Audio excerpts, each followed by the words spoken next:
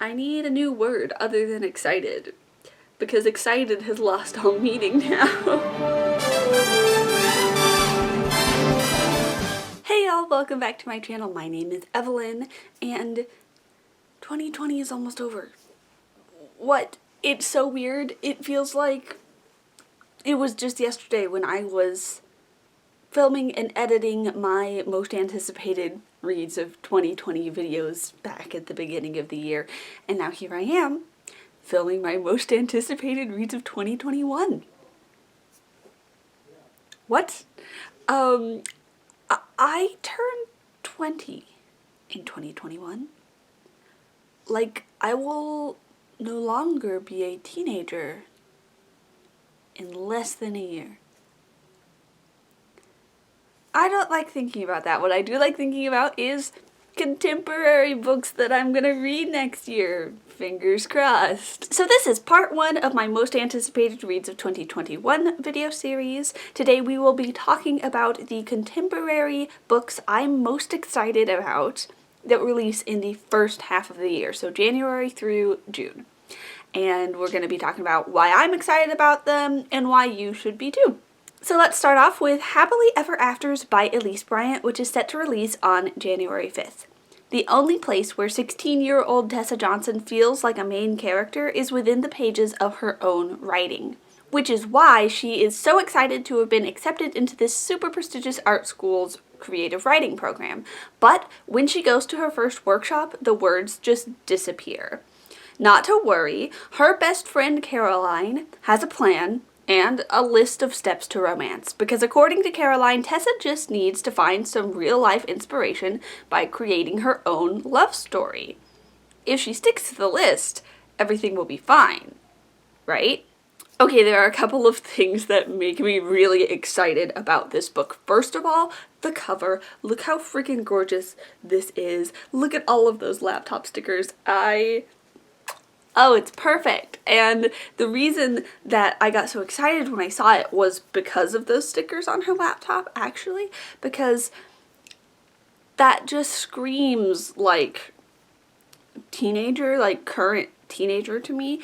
And my laptop is covered in stickers like that, and I love finding new stickers to like put on it. And so I was just like, whoever wrote this book and whoever designed this cover really understands teenagers. That's the vibe that I got just from looking at the cover.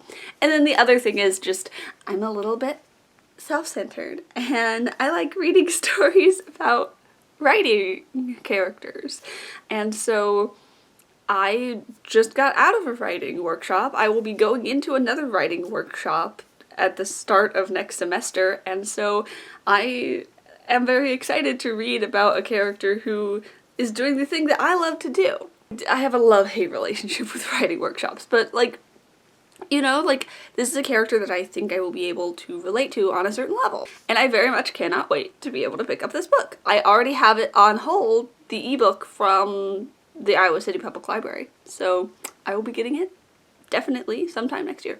Next we have Be Dazzled by Ryan Sala, which is set to release on January 5th. Raffi knows that he's turned cosplay into an art form. He just needs to prove that to everyone at the year's biggest cosplay competition. A win there could mean huge things for his future. There's just one thing standing in his way. His biggest competition, his ex-boyfriend, Luca. I love cosplay. I don't love doing cosplay simply because I'm not good enough at the things you need to be good at to be really good at cosplay and like really love doing cosplay. Like, it's fun, it's not my passion, but I love watching other people who are really good at it do it really well. Like, half of my TikTok page is like people in cosplay because it's just so cool. The other thing is that I know that Ryan LaSala is like a very crafty person, not like but like, that's sewing, craft. I'm excited to be reading about this character who does this costume design sort of thing from somebody who like knows this and is actually like good at it and passionate about it. My main character of the YA contemporary that I'm working on right now is into costume design, so I've been like looking into that a lot. And anyway, it's so cool. I think it's really cool, but I have none of the skills, so I have to like live vicariously through these characters. Next we have This Will Be Funny Someday by Katie Henry, which is set to release on January 19th.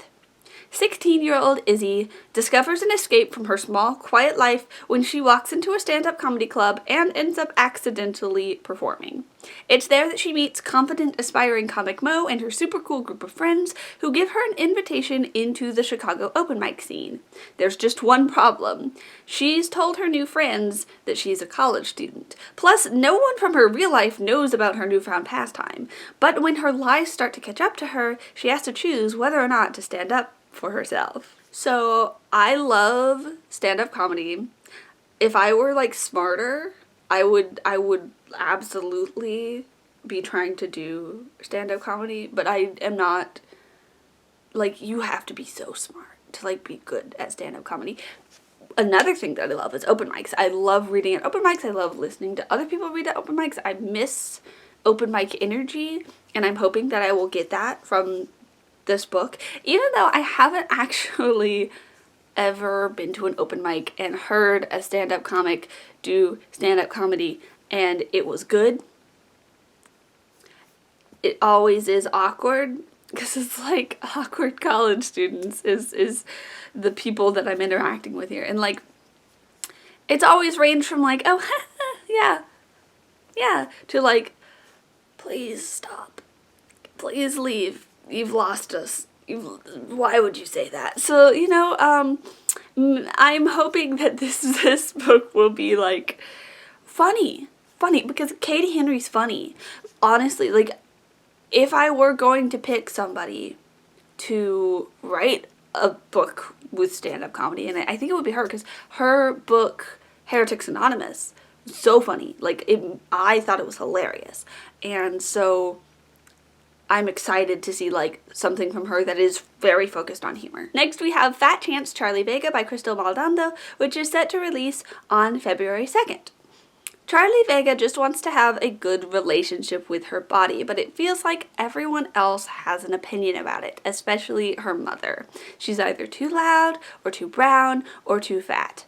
The one person always in her corner is her best friend Amelia. Amelia is wonderful, but she's also everything Charlie isn't. Slim, popular, athletic. So when Charlie learns that Bryant, the cute classmate she started a tentative relationship with, asked Amelia out first, she starts to question everything. So I'm excited for this one because of the Latinx rep. I always keep an eye out for Latinx books releasing in the near future, and this one crossed my radar recently.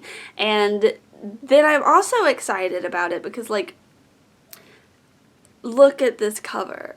That's a fat brown girl looking gorgeous on that cover, and that makes me very happy. I feel like I'm going to relate to Charlie, not in the fact that, like, I can relate to her being fat. Like, I am small. I have always been small, and that's a privilege that I have. But in the way that, like, I definitely have been self-conscious about my body, specifically my, like, jaw and mouth and face, and that really dealt a blow to my self-esteem. And I did spend a significant portion of high school, like, comparing myself to the other girls around me, especially my best friend, because she's the kind of person that people gravitate toward. And it definitely, like, affected my potential romantic relationships as well. My insecurities, like, I was convinced, like, well, no one would like me, or, like, why would anyone like me when, like, she's the other option, right? And so reading that description, I was like, oh yeah, that seems familiar to me. I think that I'm really going to connect with this character. Next, we have Follow Your Arrow by Jessica Verdi, which is set to release on March 2nd. Cece Ross and her girlfriend Sylvie are #relationship goals, according to their zillions of social media followers. But when Sylvie dumps her, Cece is afraid that she will lose her following as well as her first love. Then she meets Josh. He's sweet, smart, and has no idea about her online presence because he doesn't do social media. But when her online life begins to threaten her real-life relationships, Cece is going to have to figure out what really matters to her. I'm excited for this one. I like to put my own life on the internet, so I'm always interested in characters who do the same thing. And then also, this book has a bisexual main character, and it's right there in the description, and that's cool. I like that. I'm happy. Next we have Once Upon a Quinceañera by Monica Gomez Hira, which is set to release on March 2nd. Carmen Aguilar just wants her happily ever after, but all she has to look forward to this summer is a crappy unpaid internship, stuck in a ball gown during the middle of Miami heat, dancing with her ex-boyfriend. All of which she could deal with if it weren't for the fact that her company has been hired to work at her spoiled younger cousin's quinceañera. Latinx party princess. Latinx party princess. Come on, y'all. You have to know. Like, I'm so excited for this.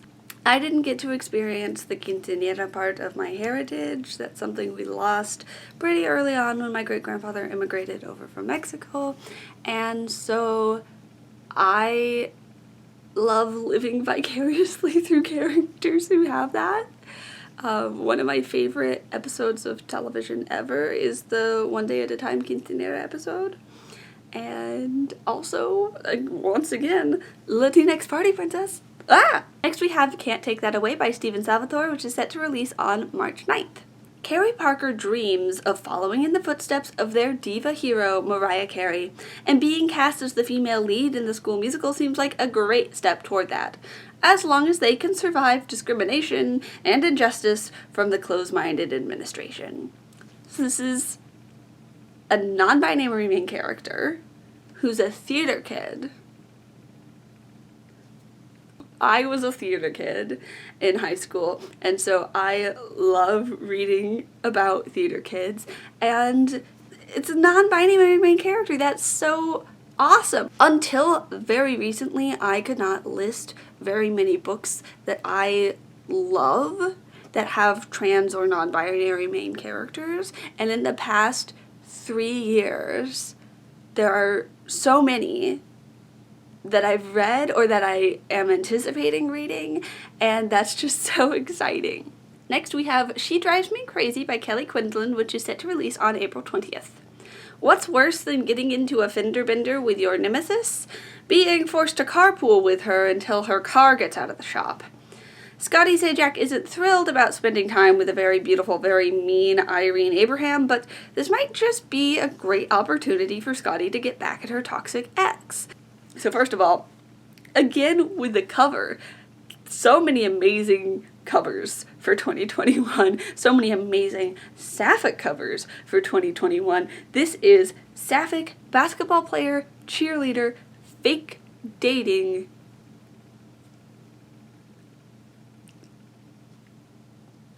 I don't give a shit about sports unless you make it gay.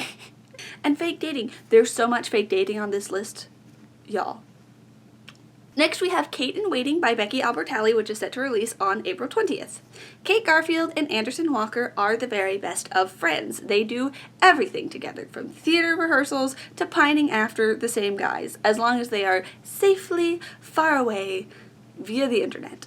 But can their friendship survive when one of their shared boys shows up at their school in real life and they both still have feelings for him? I love Becky Albertalli. She is one of my comfort authors, and I am very excited to get more theater kid drama from her. Next we have Meet Cute Diary by Emery Lee, which is set to release on May 4th. Noah Ramirez is a self-proclaimed expert on romance. After all, he's got a dedicated following on his blog, The Meet Cute Diary, where he posts stories of trans happily ever afters. The only problem is he's also kind of a fraud. The stories are all fictional, and a troll is threatening to expose that fact. Noah needs to come up with a way to prove that the diaries are all true. The solution? fake dating. Yep, second fake dating book on this list. I am so hyped. I love a good fake dating. It's not my favorite trope, but it's definitely up there. And we love the drama. I think this cover, again, is gorgeous. It's adorable. And what more could you ask for, honestly? Next we have Counting Down With You by Tashie Bhuiyan, which is set to release on May 4th. Karina Ahmed has always kept her head down and followed the rules. She is not the kind of girl who talks to the school's resident bad boy, and yet one little lie and she's now fake dating him, for the next 28 days at least, before her parents get back from Bangladesh. So, another fake dating story, which I love. Another really cool cover. Look at that. That one's... And then also it's got, like, nerd girl, bad boy romance. Which, as a nerd girl, I don't know if I would ever date an actual in real life bad boy. But I like the idea that it could happen. And I like the idea that, like, maybe he's not as bad as we think he is, right? Like, maybe he's got a little soft spot for her specifically. We like that dynamic. Next we have Cool for the Summer by Dahlia Adler, which is set to release on May 11th. This may or may not be my most anticipated contemporary read of the year. Lara has spent all of high school crushing on handsome, sweet football star Chase Harding. He is the guy of her dreams and he's finally talking to her, maybe even flirting with her. Everything is going so perfectly. So why can't she stop thinking about Jasmine, the girl she spent the summer with? Things get even more complicated when Jasmine literally shows up at their school. So this is like sort of a Grease-inspired deal. It's got a bisexual main character. It's got the most bisexual book cover I've ever seen in my entire life. I'm obsessed with it. So for those of you who don't know Dahlia, I first met her through Barnes & Noble. She worked with Melissa, who I worked under when I worked for Barnes & Noble. And so I've been following her ever since then. So for like the past like 4 or 5 years. And I am so consistently impressed with her work. She runs LGBT Reads, like the blog, and she writes for BuzzFeed, and she's just such a huge champion for LGBT kid lit, specifically young adult, and I just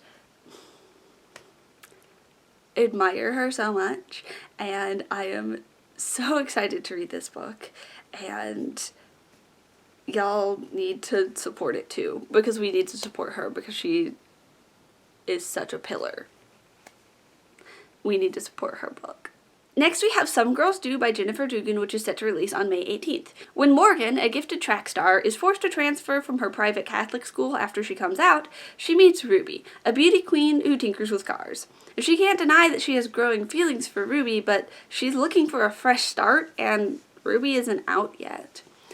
So I have always wanted to read one of Jennifer Dugan's books. Like, her books always sound amazing and I could never get my hands on them, and so this is gonna be the year. Somehow I'm gonna read all of Jennifer Dugan's friggin' books. That is one of my goals for 2021.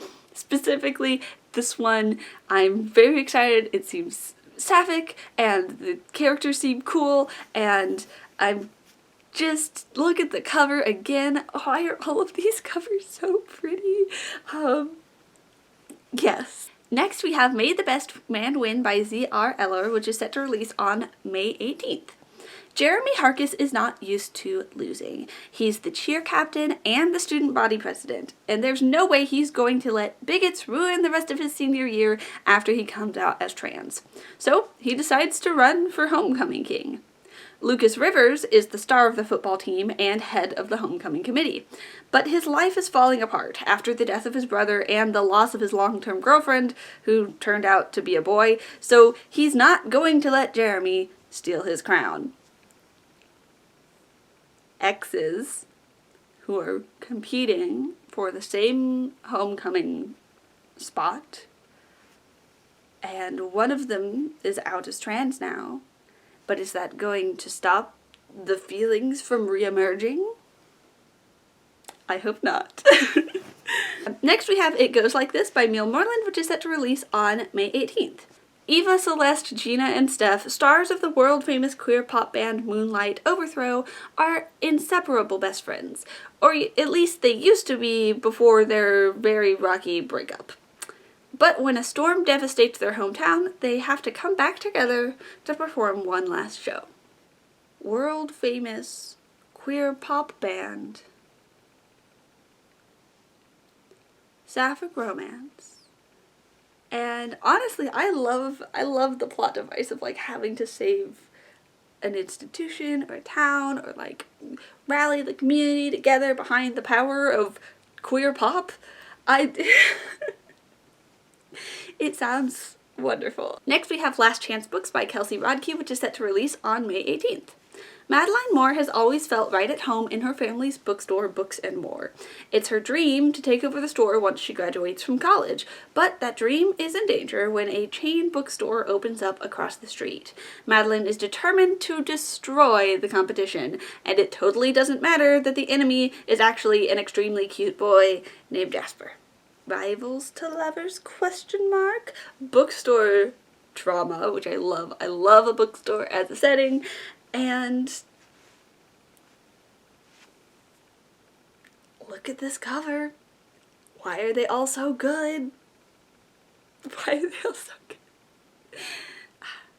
It's just like, I want all of them on my bookshelf, but I have no money. Next we have Not My Problem by Ciara Smyth, which is set to release on May 25th.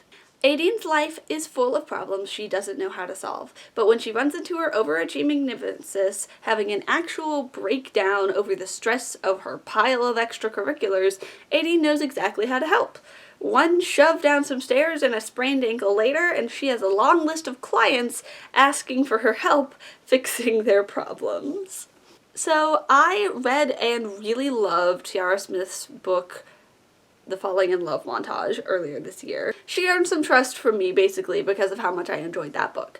And so I am intrigued by this premise. I want to see what sort of hijinks one can get into when one starts a business by pushing somebody down a flight of stairs. Next we have Hani and Ishu's Guide to Fake Dating by Abida Jaigirdar, which is set to release on May 25th. When Himira Hanti Khan comes out as bisexual to her friends, she isn't expecting them to deny it. According to them, she can't really be bi if she's never dated a girl. So she panics and blurts out something stupid, that she's dating Ishida Ishude. The only problem is the girls are total opposites. Overachieving nerd Ishu does not fit in with Hani's popular crowd at all. But she agrees to fake date if Hani will help her become popular enough to be elected head girl. More fake dating, more opposites attract, things that I very much enjoy in a book. A bisexual main character who's explicitly bisexual, literally in the description. Everything's adding up. I'm very excited. Next we have Pumpkin by Julie Murphy, which is set to release on May 25th. Waylon Russell Brewer does not have it easy living life as a fat, openly gay boy in a tiny Texas town. But one day he and his twin sister Clementine are going to graduate and move to Austin, where he can finally go full Waylon. But when an audition tape Waylon created for his favorite drag TV show, Fiercest of Them All, gets shared with the entire school, someone decides to nominate him for prom queen as a joke. He decides to team up with Clementine's girlfriend, Hannah Perez, who received a joke nomination for prom king, and run for real.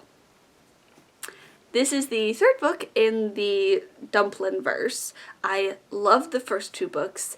I love the way that Julie Murphy writes about small town southern culture, and I am very excited specifically that we're gonna get to see more Hannah.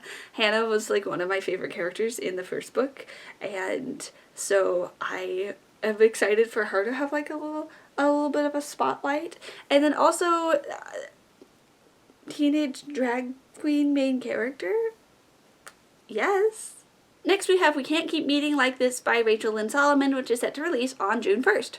Quinn Berkowitz has known Tariq Mansour for years and years. Their parents have been working weddings together forever, but she hasn't seen him for months. Not since the end of last summer when she sent him an email confessing her embarrassing crush on him, and he left for college without responding. Now they're in for another summer of being forced together at wedding after wedding. It would be romantic if they didn't have completely different ideas about love. He's a hopeless romantic, but she does not believe in the fairy tale at all. I loved Rachel Lynn Solomon's book Today, Tonight, Tomorrow so much. It is the only book this year that I have read twice. Okay, so Rachel Lynn Solomon's book Today, Tonight, Tomorrow is one of the best books I have read in 2020. It's the only book I've read in 2020 that I have already reread. And it made me so happy. I love the chemistry between the two main characters. I loved the, like, high-stakes sort of concept. And so I am very excited for this book. I'm excited that there's this new dynamic that she's exploring, this sort of, like, opposites attract thing. I love that there's this drama where, like, one of them fully tried to confess their feelings to the other, and we don't know, like, something got lost in translation there, so that's gonna be dramatic, and I love that. I love that it's set at a series of weddings. I am so into weddings. I am too into weddings for someone who is so single. I love watching wedding videos. I love looking at wedding dresses on Pinterest.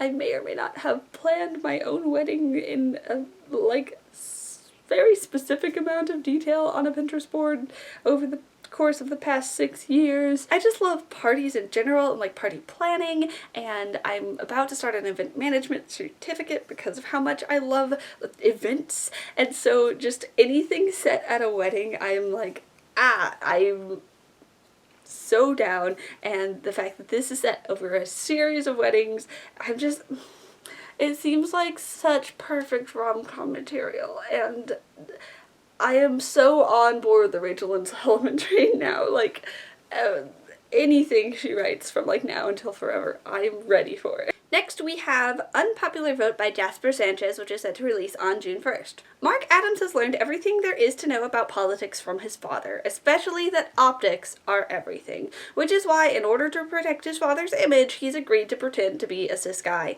It won't be hard since he's in a new town where people barely know him, but when a manipulatively charming candidate for student body president starts using some dangerous rhetoric, Mark decides to step up and run himself.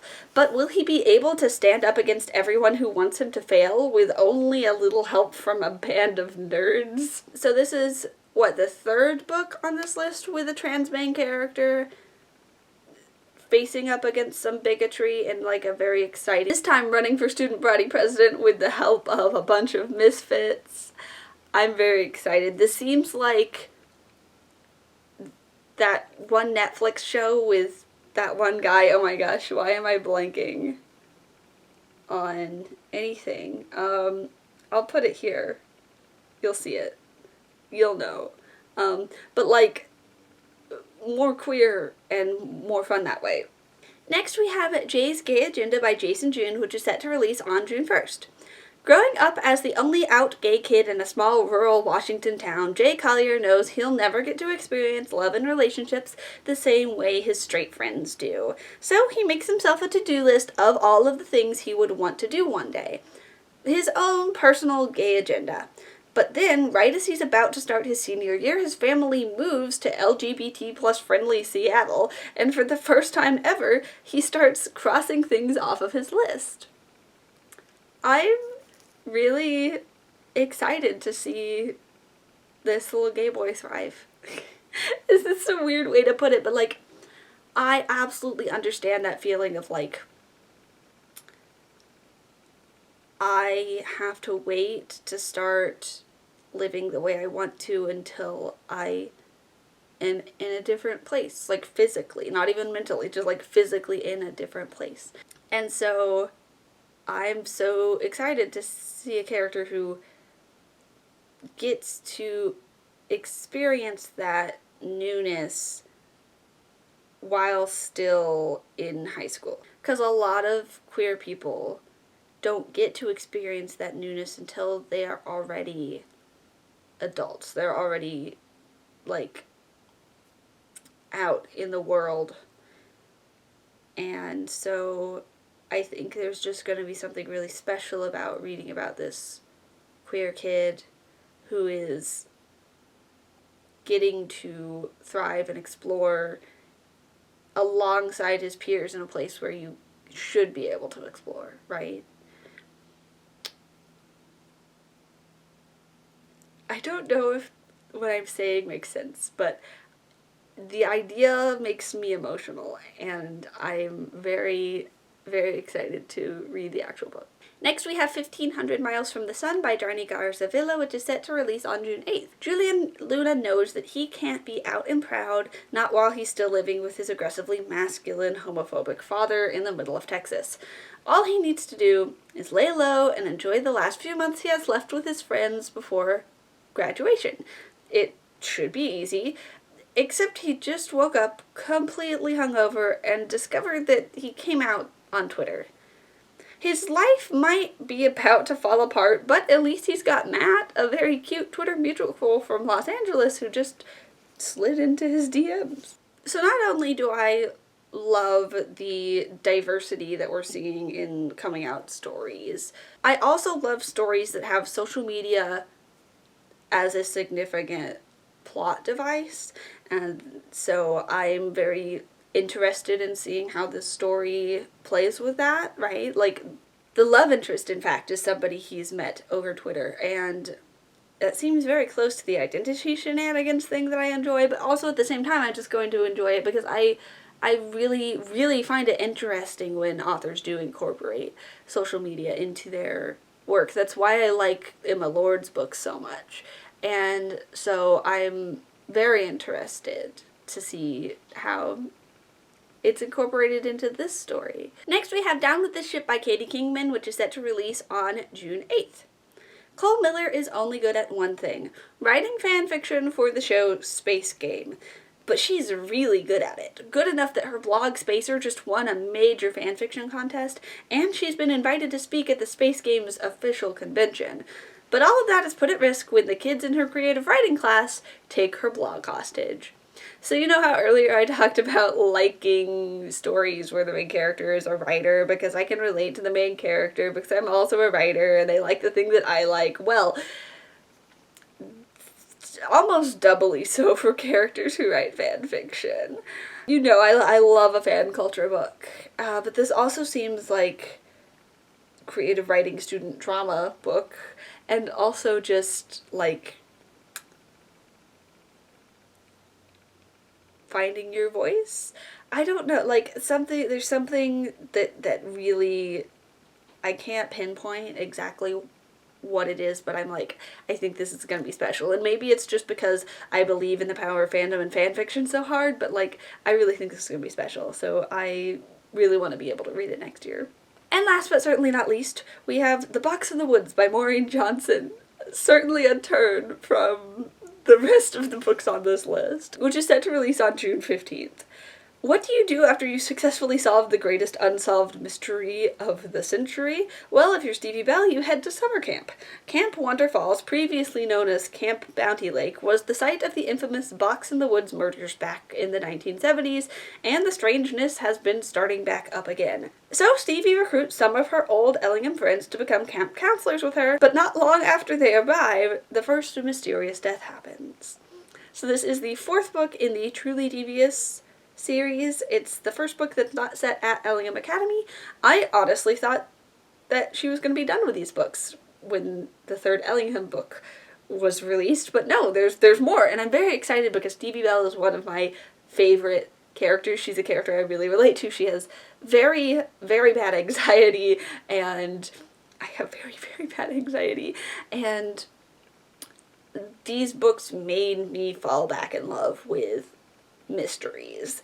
And so I'm excited. Like, the summer camp thing, it reminds me of like Scooby-Doo in a way, but also like it's just so classic, and I'm very, very excited. I love these books. I love the way that Maureen Johnson like tells these stories, and so yeah, like I said, it's very different than anything else on this list that I'm anticipating, mostly because I don't necessarily put other like mysteries or like thrillers or horror like things on my list because I am such a wimp, but I know that I can trust Maureen Johnson. Like, I can handle these books, and they are very fun, and I enjoy reading them, and so I can safely anticipate them. And I'm very excited that there's more, because I did not think there was going to be, so yay. So there you have it. That's all of the contemporary books I am super excited about that are releasing in the first half of 2021. Hopefully I will get around to reading a good chunk of them. There were, I believe, 25 books on that list, and I have even more sci-fi fantasy books that I'm very excited about that I will be talking about in next week's video. So if you want to see that video, remember to click that subscribe button. With that being said, my name is Evelyn. I make new videos every magical Monday, and I'll see you real soon. Bye-bye.